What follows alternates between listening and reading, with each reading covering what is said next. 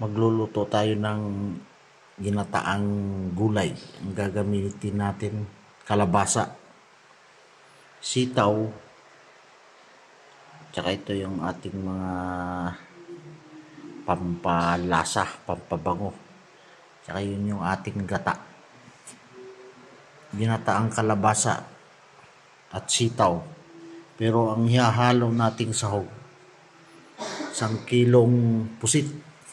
Ayan. I-adobo ko sana yan sa gata, pero naisip ko, lagyan ko na lang ng sitaw tsaka kalabasa. Ayan. Pisahan na natin. Ayan, nakapag painit na tayo ng mantika, lagyan na natin yung mga sahog. Sama-sama na, samahin na natin yan lahat.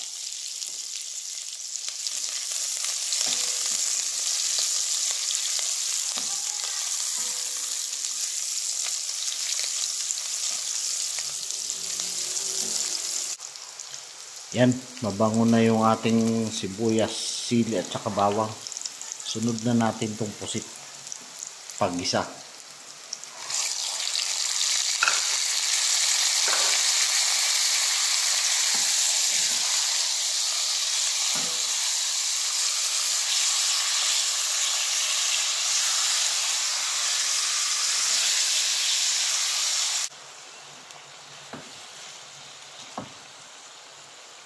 Lagyan na natin ng patis, konti.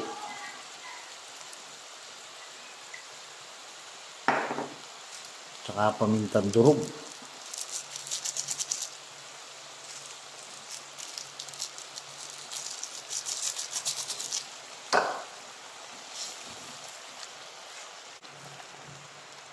Ayan, hindi na yan.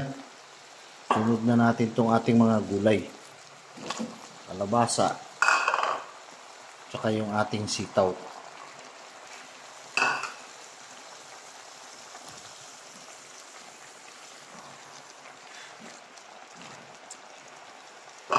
Takpan lang natin saglit.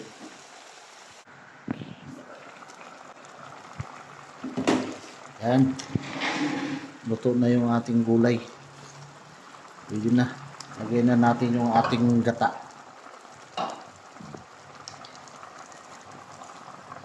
Isang perasong gata lang to, pero yung malaki ang kinuha ko, yung tagpo 40.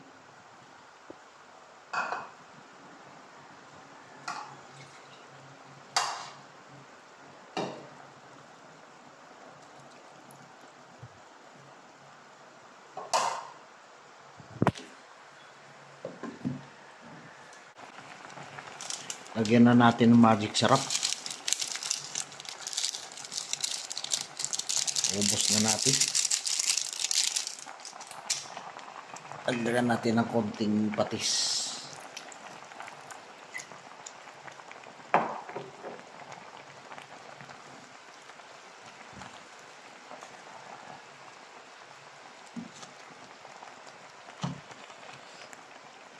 Lagyan natin. Ayan, ayos na.